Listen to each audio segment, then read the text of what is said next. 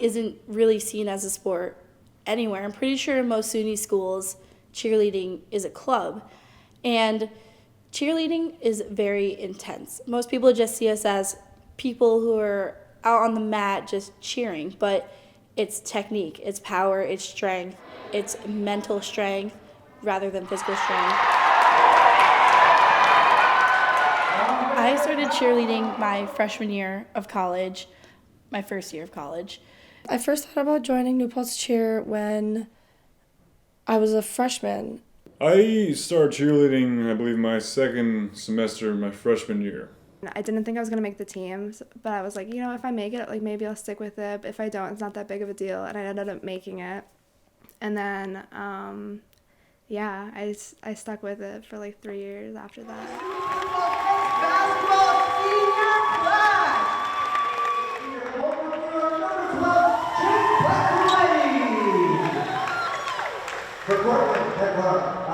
I mean, I know when people hear the word cheerleading, they think like, oh, pom-poms and skirts and bows and like mean girls, I used to fight with people every day when I was in high school, like about how cheerleading is not a sport, how everybody says that. So that was like one of my big things because it really is a sport. It's so much work. You get hurt like all the time. You're sore after every practice. It's a full body workout. Like you're throwing people in the air. It's insane.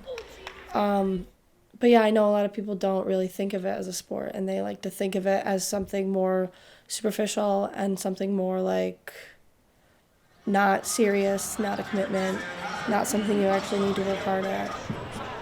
I have had probably 4 or 5 concussions from cheerleading. It's very intense, and concussions are probably the most common injury that come with cheerleading. You never let your flyer fall. So if that means catching them with your head and falling on the ground, you catch them with your head and fall on the ground. 1, hits 3, 4, hits 3, 4, 5, 6, 7, please. When you're catching and spotting pyramids, when you're trying a new skill, it's like really scary because like you obviously have to do it. Like the only way to learn how to do these crazy things is just to do them. So it's scary the first time doing any skill. It's scary sometimes even if you've done it a million times because things can just go wrong sometimes, especially when you're doing a super complex skill. 1, 2.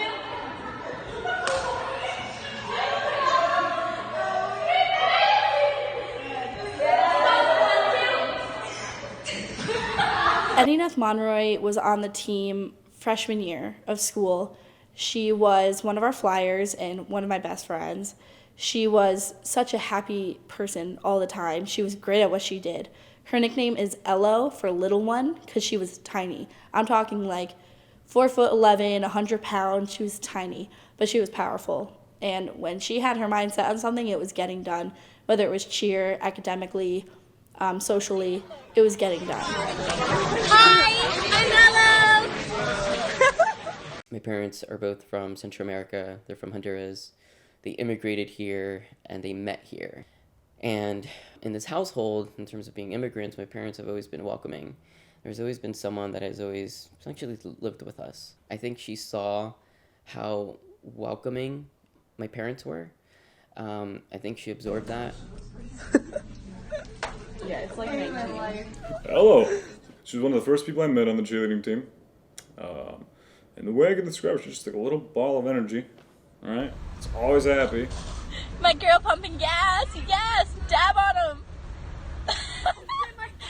Her and I both commuted to school because we were both like in the local area, but we both named each other's cars because we thought it'd be funny. We tried to park next to each other every day because we claimed like our cars were dating. That was our thing. I'm dead. So we started becoming friends because we were both flyers. So right after I started flying, I got really close with her because she was a really, really good flyer. And I always asked her for tips and stuff because I was really insecure about my skills. And she always told me I was stupid for doubting myself because I was a good flyer also. I couldn't see it. And then she's like, I'm not even going to tell you what to do because you're already doing it. And then she would like walk away and give me some sassy answer. I was like, oh, I like that girl. Up there too. That was the pyramid I was talking about. I always tried to, when my sister was born, kind of show her a path and push her. And so I guess one of my fondest memories is I kind of pushed her to start walking. I remember when she took her first steps, she fell down and she just didn't cry. And she got up again and she tried again. And once she got it, it was an evening, once she got it that night, she just went around laughing. And from there, there was nothing stopping her. She was on the cheerleading team, and she fell in love with that. She was on the basketball team. She was terrible. She was the smallest person on that team, but they went undefeated one year, 15-0. And I remember seeing her at a tournament, and the first time she's flown up in the air, I don't think even we knew that was going to happen. And my mom just like holds my hand, squeezes it, going, "Ay Dios mío," which means like, "Oh my God, I hope she doesn't fall." And she landed perfectly. They caught her, and then she did all these jumps, and then we just looked at each other like, who is that? I just kind of miss her energy, being around me all the time. She was just always like the most positive person that I was ever around. I don't really have that anymore.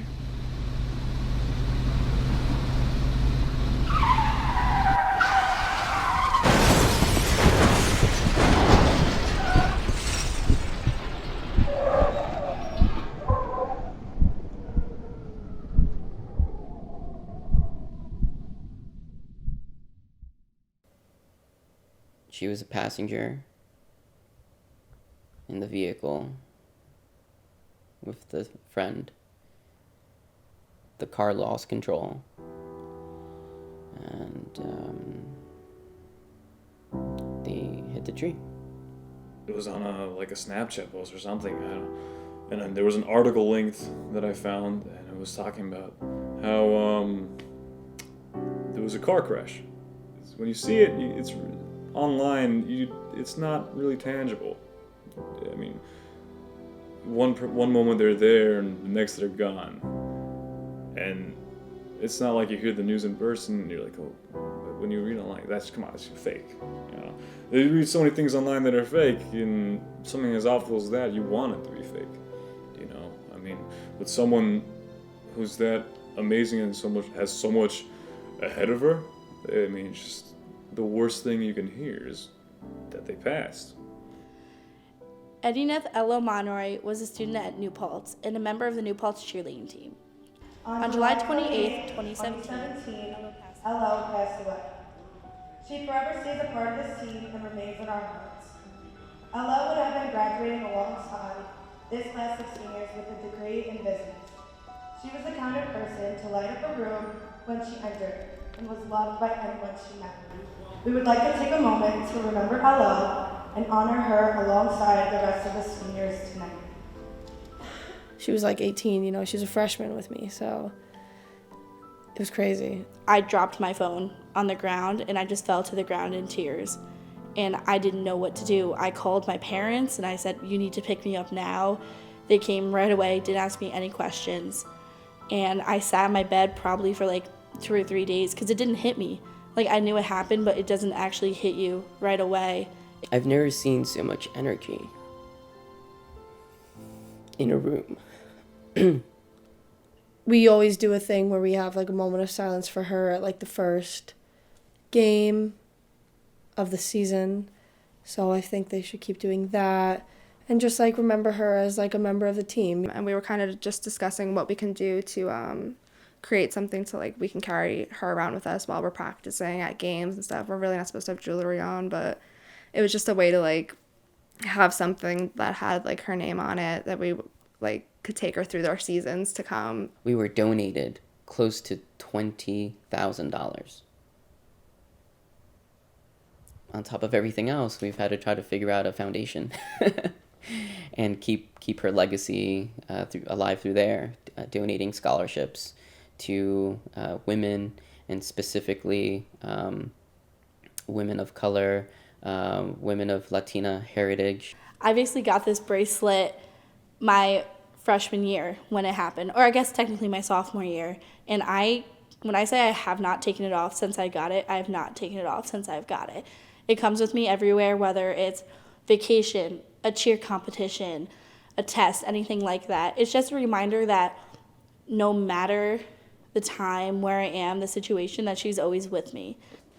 We all got shirts that got her, her nickname initials with a little purple heart on them. LO stands for little one.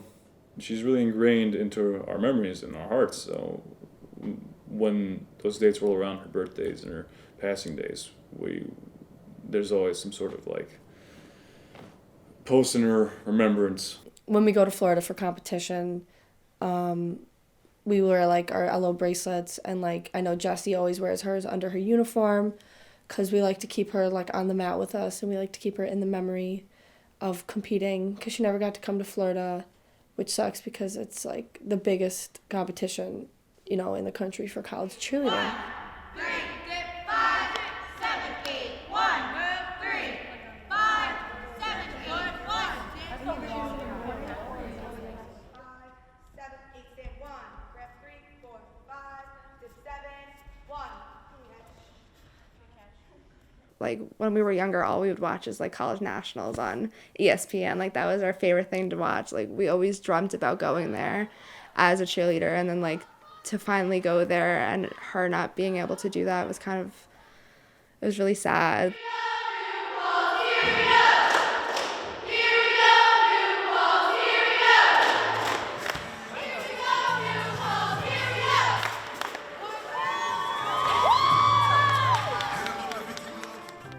LO has left a huge legacy on the team.